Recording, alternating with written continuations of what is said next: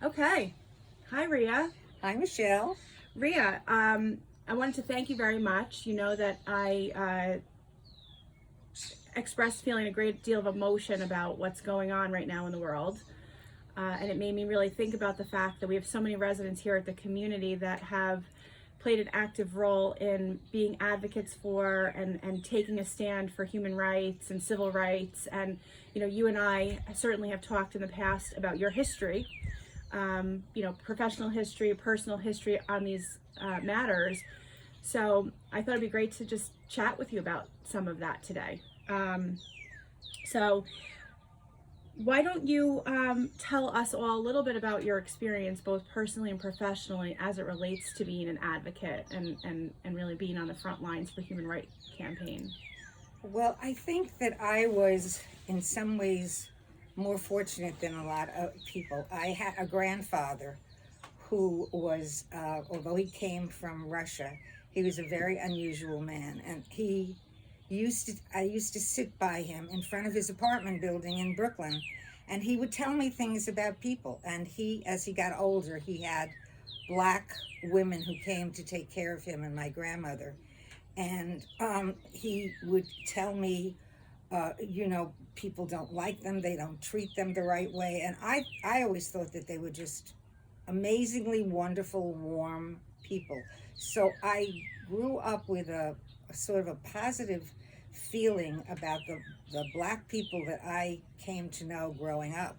And my neighborhood, like most neighborhoods in New York, was lily white. It was primarily Italian and Jewish. We had a couple of black families, and they were the superintendents in the building.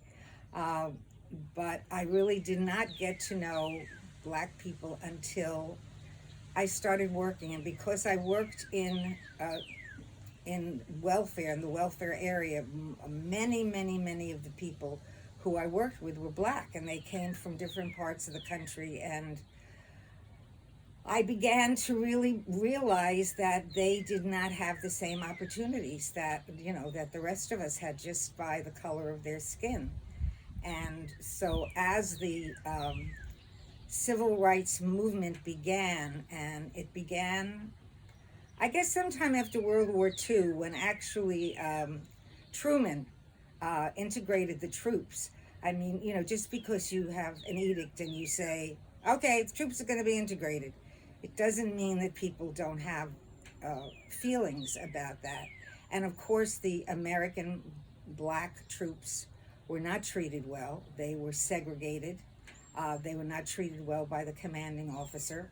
Although ultimately the military has turned out to be one of the most integrated organizations that we have. I mean, there are black generals, and there are people that have really risen to the top level, but that was because they mandated it.